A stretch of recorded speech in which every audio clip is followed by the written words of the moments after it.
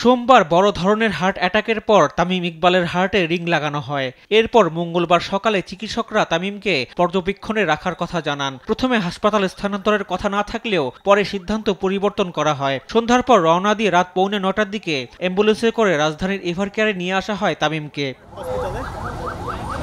এ সময় তামিমের সঙ্গে তার পরিবারের সদস্যরা ছিলেন। ঢাকায় তামিমকে দেখার জন্য নুরুল হাসান সোহান, নাজমুল হোসেন শান্ত ও লিটন দাস হাসপাতালে যান। রাত 10টার দিকে তামিমকে দেখতে হাসপাতালে যান যুব ও ক্রীড়া উপদেষ্টা আসিফ মাহমুদ সজীব ভুঁইয়া। এ সময় তিনি সাংবাদিকদের জানান, তামিম সুস্থ আছেন এবং তার পরিবাররাও স্বস্তিতে রয়েছেন। আমি মনে করি যে খুব দ্রুত উনি রিকভার করবেন। ওনার মেন্টাল যে স্ট্রেংথ দেখলাম, তারপরে ওনার ফ্যামিলির সাথেও কথা হয়েছে, সবাই এখন স্বস্তিতে আছে। ডাক্তাররা নিয়মিত দেখছেন এবং আশা করি খুব দ্রুতই ক্যাবিনেও ফিরে আসবেন এবং সুস্থ হয়ে আমাদের মাঝে ফিরে আসবেন। ক্রীড়া উপদেষ্টা জানিয়েছেন, উন্নত চিকিৎসার জন্য যদি বাইরে নিয়ে যাওয়ার প্রয়োজন হয় তবে তার পরিবারের সঙ্গে কথা বলে সিদ্ধান্ত নেবেন ডাক্তাররা। তামিম দ্রুতই সুস্থ হয়ে মাঠে ফিরবেন আশা ক্রীড়া উপদেষ্টার।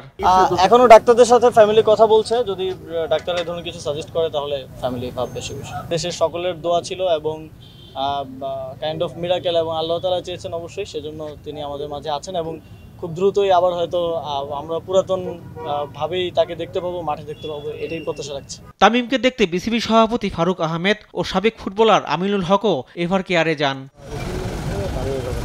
রিফাত আঞ্জুম, দেশ টিভি, ঢাকা।